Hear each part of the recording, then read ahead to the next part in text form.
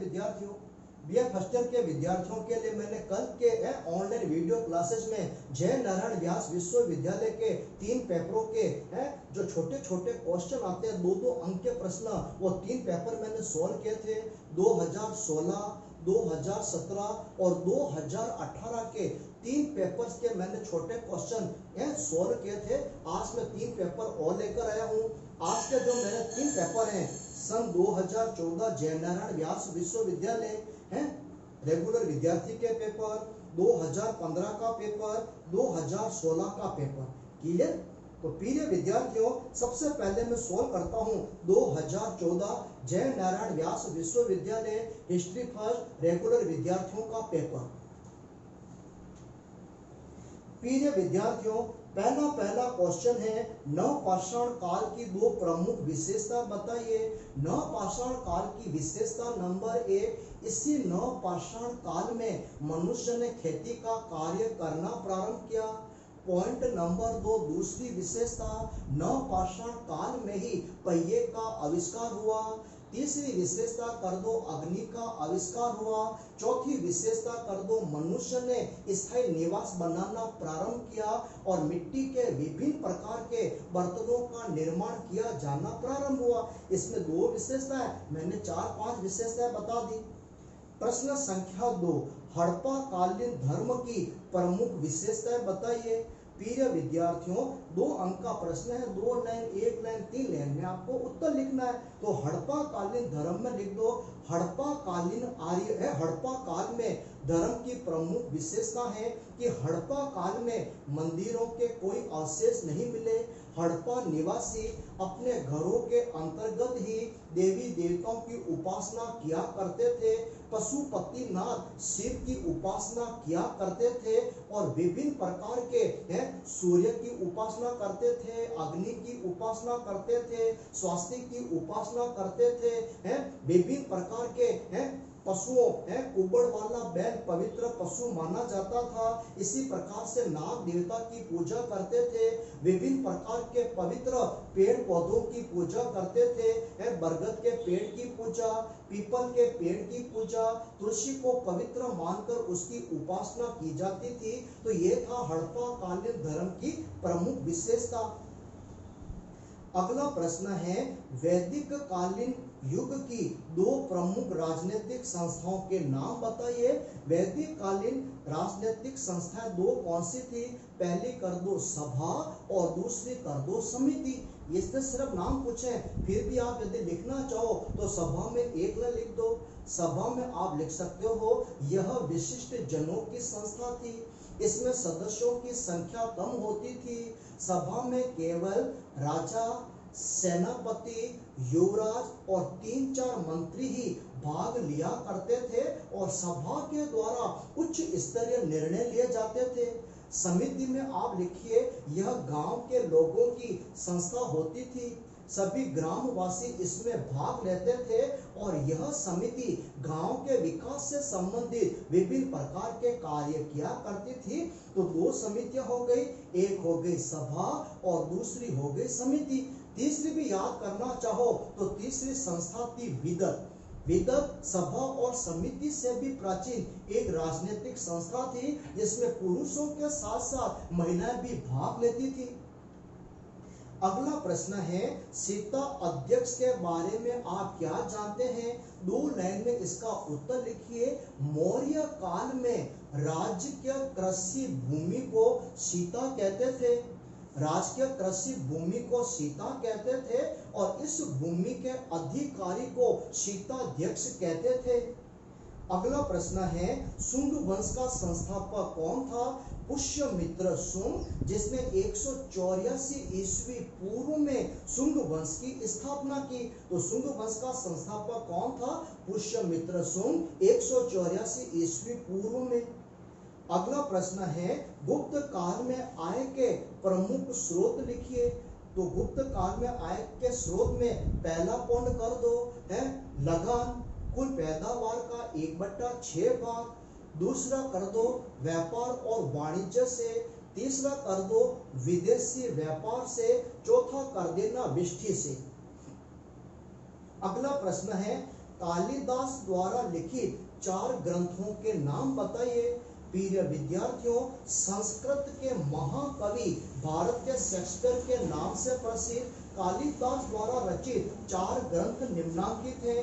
पहला कर दो ऋतुसंहार, दूसरा कर दो मेघदूत, तीसरा कर दो मालविका अग्निमित्र, चौथा कर दो अभिज्ञान शाकुंतलम, पांचवा कर दो विक्रमोर्वशीय।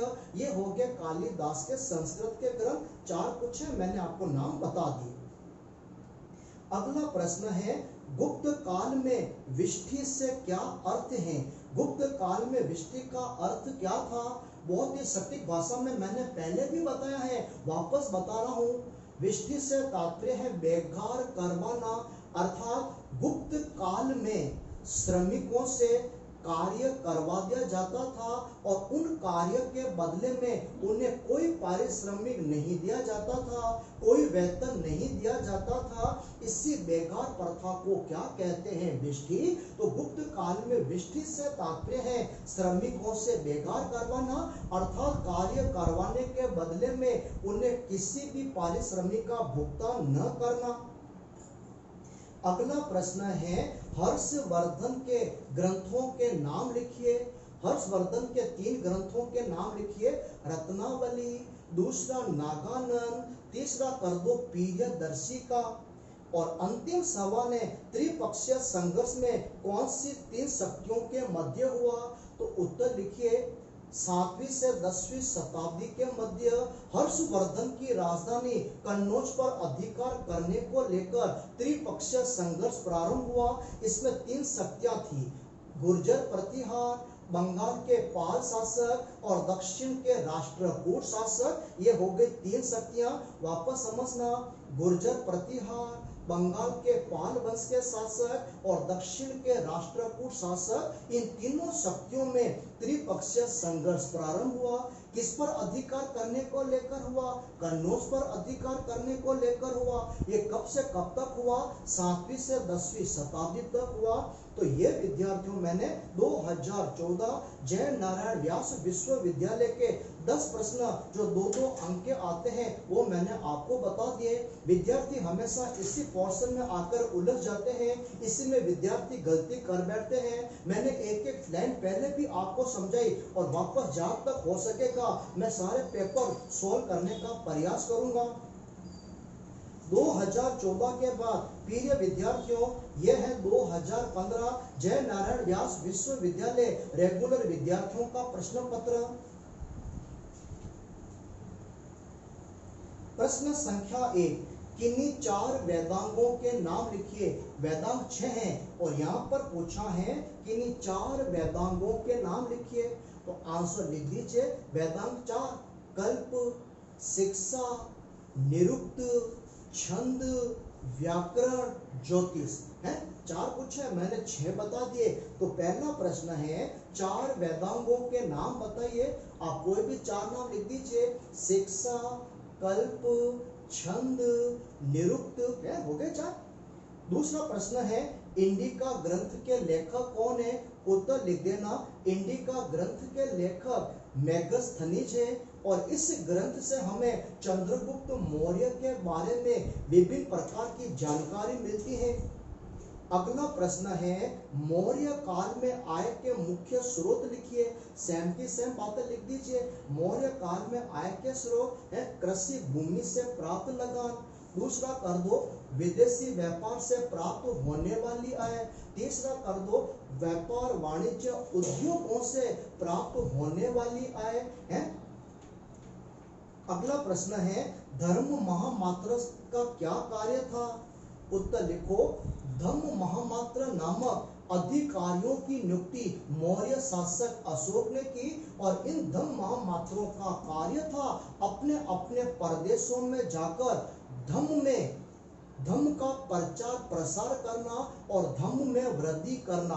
तो धम्म महामात्रों की नियुक्ति अशोक ने की और धम्म महामात्रों का कार्य था अपने अपने इलाकों में अपने अपने प्रदेशों में जाकर धम्म का प्रचार प्रसार करना, धम्म में वृद्धि करना और नागरिकों में धार्मिक एकता की भावना का प्रचार प्रसार करना।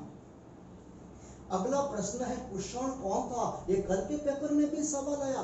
कुषाण मध्य एशिया में रहने वाली एक जनजाति थी, युची कबीले से संबंधित थे और कुषाणों ने भारत पर आक्रमण किया और दीर्घ काल तक उन्होंने भारत पर शासन किया। अगला प्रश्न है कामसूत्र के लेखक कौन है? आंसर हो जाएगा कामसूत्र के लेखक वात्स्यायन। कामसूत्र का लेखक वात्स्यायन है। इस ग्रंथ की रचना उसने गुप्त शासक चंद्रगुप्त द्वितीय के शासन काल में की। अगला प्रश्न है किन्हीं दो प्राचीन शिक्षण संस्थाओं के नाम लिखिए। आंसर लिख दीजिए। प्राचीन काल में शिक्षा के दो प्रसिद्ध शिक्षण केंद्र थे, तक्षशिला विश्वविद्यालय, नालंदा विश्वविद्यालय, वल्लभी विश्वविद्यालय है। आप बहुत सारे लिख सकते हो। मैंने पूरे एक बड़े क्वेश्चन की विवेचना की है, यहाँ पर सिर्फ दो पूछे हैं तो लिख दो तक्षशिला विश्वविद्यालय, दूसरा कर दो नालंदा विश्वविद्यालय, कांची विश्वविद्यालय है, और अगला कर दो बिलिया सोमपुरी विश्वविद्यालय है, वल्लभी विश्वविद्यालय। अगला प्रश्न है गोपुरम के बारे में आप क्या समझते हैं? सीधा सटीक उत्तर लिखिए। दक्षिण भारत में मंदिरों के प्रवेश द्वार के ऊपर जो ऊंचे ऊंचे शिखर बनाए जाते हैं उन स्थानों को क्या कहते हैं? गोपुरम कहते हैं। तो गोपुरम क्या है? दक्षिण भारतीय मंदिर स्थापत्य कला की विशेषता। और अंतिम 9वां प्रश्न है मिहिर भोज कौन था? तो सीधा सटीक उत्तर लिखिए। मिहिर भोज गुर्जर प्रतिहार वंश का सर्वाधिक शक्तिशाली शासक था। मिहिर भोज के शासन काल में है प्रतिहार साम्राज्य का सर्वाधिक विस्तार हुआ। इसका शासन काल प्रतिहारों का स्वर्ण काल कहलाता है। त्रिपक्षीय संघर्ष में अंतिम रूप से मिहिर भोज विजयी हुआ और अंतिम रूप से उसने कन्नौज को अपनी राजधानी बनाई। और अंतिम 10वां प्रश्न है हर्यक वंश का संस्थापक कौन था? सीधा उत्तर लिखिए। हर्यक वंश का संस्थापक बिंबिसार था और उसकी राजधानी कौन सी थी? राजगृह। उसने नया नगर बसाया और गिरिव्रज या राजगृह उसकी राजधानी थी। गलती से पाटलिपुत्र मत कर देना। पाटलिपुत्र नगर की स्थापना बाद में हुई। याद रखना बिहार में पाटलिपुत्र जिसका वर्तमान में क्या नाम है? पटना। तो पाटलिपुत्र नगर की स्थापना किसने की? ये सवाल दिया मैंने आपको। कौन सी नदियों के तट पर पाटलिपुत्र की स्थापना हुई? चलो सुन लो। उद्यन ने गंगा और सोन नदियों के संगम पर पाटलिपुत्र की स्थापना की। तो मेरा प्रश्न तो यही है हर्यक वंश का संस्थापक कौन था? बिंबिसार।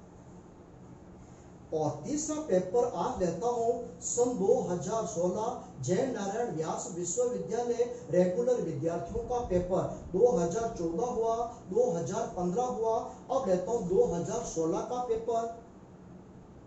2016 के पेपर में मैंने लिया किन्हीं दो सिंधु घाटी सभ्यता के स्थलों के नाम लिखिए। 2 क्यों 10 लिख दो ना, किसने मना किया है? हड़प्पा कर दो, मोहनजोदड़ो कर दो। मैंने कल ही बताया मोहनजोदड़ो का शाब्दिक अर्थ क्या है? मुर्दों का टीला, मृतकों का टीला। तो सिंधु सभ्यता में ले लो बिल्ली, हड़प्पा ले लो, दूसरा केंद्र मोहनजोदड़ो ले लो, राजस्थान में था कालीबंगा ले लो, कोट दीजी ले लो, बनावली ले लो, है बहुत सारे स्थान है। अगला प्रश्न है गौतम बुद्ध के 4 आर्य सत्य के नाम बताइए। सीधा उत्तर लिखिए। बौद्ध धर्म के संस्थापक महात्मा बुद्ध के 4 आर्य सत्य। मैंने इसका आपको बड़ा क्वेश्चन भी समझाया है। तो 4 आर्य सत्य में पहला ले लो दुख, दूसरा ले लो दुख कारण, तीसरा ले लो दुख समुदाय और चौथा ले लो दुख निरोध मार्ग। और मैंने ये भी बताया दुख निरोध मार्ग के रूप में बुद्ध ने 8 मार्ग बताए जिसे अष्टांगिक मार्ग कहते हैं। तो अपना तो यही प्रश्न है 4 आर्य सत्य कौन से हैं? दुख, दुख कारण, दुख समुदाय, दुख निरोध मार्ग। अगला तीसरा प्रश्न है कौटिल्य ने कौन सी पुस्तक लिखी? बहुत सिंपल सा उत्तर है कौटिल्य ऑब्लिक चाणक्य ऑब्लिक विष्णुगुप्त ने अर्थशास्त्र नामक ग्रंथ की रचना की। कौन सी किताब लिखी? अर्थशास्त्र ग्रंथ की रचना की। चौथा प्रश्न है रुद्रदामन प्रथम कौन था? यह भी मैं समझा चुका हूं। रुद्रदामन प्रथम शकों का प्रसिद्ध शासक था। रुद्रदामन प्रथम ने सौराष्ट्र के गिरनार में सुदर्शन झील की पुनर्मरम्मत करवाई और इसका गिरनार अभिलेख संस्कृत भाषा का सबसे प्राचीनतम अभिलेख माना जाता है। याद रखना, संस्कृत भाषा का सबसे प्राचीनतम अभिलेख कौन सा है? शक शासक रुद्रदामन प्रथम का गिरनार अभिलेख संस्कृत का सबसे प्राचीनतम अभिलेख माना जाता है। मैंने रुद्रदामन की विवेचना प्रिय विद्यार्थियों सातवानों में भी की थी। मैंने आपको बकायदा समझाया सातवान और शक घोर शत्रु थे, देखते ही एक दूसरे को मारने दौड़ते थे। और एक सातवां शासक था वाशिष्ठ पुलुमावी। वाशिष्ठ पुलुमावी शक शासक रुद्रदामन प्रथम की पुत्री से प्रेम करता था, उससे विवाह कर लिया और रुद्रदामन प्रथम ने सातवां शासक वाशिष्ठ पुलुमावी को 2 बार हराया, लेकिन हमेशा जैसे उसे मारने लगा उसकी बेटी बीच में आकर खड़ी हो गई, पिताजी इसको मारने से पहले आपको पहले मुझे मारना पड़ेगा, और उसने सातवां शासक को माफ कर दिया। ये सारी बातें मैं आपको बता चुका हूं। अगला प्रश्न है पर्याय प्रशस्ति। ये पहले के 2 पेपरों में आ रखा है। पर्याय प्रशस्ति समुद्रगुप्त के दरबारी कवि हरिसेन ने लिखी, संस्कृत की चंपू शैली में लिखी गई है। चंपू शैली से तात्पर्य है आधा भाग गद्य में आधा भाग पद्य में। और पर्याय प्रशस्ति से हमें समुद्रगुप्त के प्रशासन, उसकी उपलब्धियों, उसके धार्मिक जीवन, उसकी सैनिक विजयों आदि के बारे में विभिन्न प्रकार की जानकारी मिलती है। अगला प्रश्न है कालिदास साहित्य से आप क्या समझते हैं? तो उत्तर लिख दीजिए। कालिदास संस्कृत भाषा के कविस्वर रस सिद्ध कवि, कविस्वर रस सिद्ध कवि, उपमा अलंकार में निपुण, संस्कृत की वैदर्भी शैली का प्रयोग किया। और उसके बाद कालिदास के चाहो तो आप ग्रंथों के नाम लिख दो। अगला क्वेश्चन है भारत के प्राचीनतम सिक्के किस नाम से जाने जाते हैं? सीधा उत्तर लिखिए। भारत के प्राचीनतम सिक्के आहत नाम से जाने जाते। क्या नाम है? आहत नाम से जाने जाते हैं। 6ठी शताब्दी ईस्वी पूर्व के। और भारत के प्राचीनतम आहत सिक्के सोने के, चांदी के, तांबे के तीनों धातुओं के मिले हुए बने हैं। तो अपना प्रश्न क्या है? भारत के प्राचीनतम सिक्के किस नाम से जाने जाते हैं? भारत के प्राचीनतम सिक्के आहत नाम से जाने जाते हैं, जो तीनों धातुओं सोना, चांदी और तांबे के बने हुए हैं। अगला प्रश्न है चंद्रगुप्त मौर्य की मृत्यु कहाँ हुई? उत्तर लिखिए। चंद्रगुप्त मौर्य की मृत्यु है मैसूर के समीप है, कर्नाटक के समीप श्रवणबेलगोला के वनों में चंद्रगिरी पहाड़ी पर संलेखना विधि से चंद्रगुप्त मौर्य की मृत्यु हुई। प्रश्न सिर्फ छोटा सा पूछ रहा है कि इसकी मृत्यु कहाँ हुई, तो आपको लिखना है श्रवणबेलगोला के वनों में चंद्रगिरी पहाड़ी पर संलेखना विधि से चंद्रगुप्त मौर्य की मृत्यु हुई। संलेखना विधि से तात्पर्य है अन्न जल का त्याग करके मृत्यु को प्राप्त करना। संलेखना विधि को वर्तमान में क्या कहते हैं? संथारा विधि। और हाई कोर्ट और सुप्रीम कोर्ट ने अब संथारा विधि पर रोक लगा दी है। अब कोई भी संथारा विधि से अपने प्राण नहीं त्याग सकता। इस पर सरकार ने, सुप्रीम कोर्ट ने और हाई कोर्ट ने भी रोक लगा दी। तो चंद्रगुप्त मौर्य की मृत्यु श्रवणबेलगोला की चंद्रगिरी पहाड़ी पर हुई। और अगला प्रश्न है नंबर क्वेश्चन, अंतिम हुण आक्रमणकारी कौन था? अंतिम हुण आक्रमणकारी मिहिरकुल था। मैंने पहले भी इसकी विवेचना की है। अंतिम हुण आक्रमणकारी मिहिरकुल था। बौद्ध धर्म का शत्रु था। राजस्थान में जयपुर के समीप इसने विराट नगर पर भी आक्रमण किया। बहुत सारे बौद्ध स्तूपों को इसने नष्ट किया। बौद्ध भिक्षुओं को इसने मौत की घाट उतारा और भगवान शिव का परम भक्त था। अपना प्रश्न तो सिर्फ यही है, अंतिम हुण आक्रमणकारी कौन था? उत्तर लिखिए। अंतिम हुण आक्रमणकारी मिहिरकुल था। और अंतिम 10वां क्वेश्चन, हर्ष के समय में कौन सा चीनी यात्री भारत आया? उत्तर लिखिए। हर्षवर्धन के समय में 629 से 645 ईस्वी के बीच ह्वेनसांग ने भारत की यात्रा की। किसने यात्रा की? ह्वेनसांग ने। कब यात्रा की? 629 से 645 ईस्वी के मध्य उसने भारत की यात्रा की और उसने अपना यात्रा वृत्तांत अपने ग्रंथ सीयूकी में लिखा। तो प्रिय विद्यार्थियों, आज मैंने 3 पेपरों का अध्ययन कराया, 2014, 2015 और 2016। कल के वीडियो में मैंने आपको 3 पेपर कराए थे। 2000 आज तो हो गए 15 तक, 14, 15, 16 मैंने कराए थे। 17, 18 और 19 कल भी मैं और कुछ पेपर लेकर आऊंगा, उसका भी आपको मैं अध्यापन का कार्य करूंगा। मैं मुकेश जोशी, एसरा कॉलेज पाली की ओर से। और ये जो आपको पेपर सोल्व कराए जा रहे हैं विद्यार्थियों के हितार्थ, जो भी ऑनलाइन वीडियो बनाए जा रहे हैं, इनका पूरा श्रेय जाता है कॉलेज के हमारे श्रीमान जी डायरेक्टर सर, श्रीमान जी ताजवीर सिंह राठौड़ का हार्दिक धन्यवाद और उनका हार्दिक आभार। थैंक यू, धन्यवाद।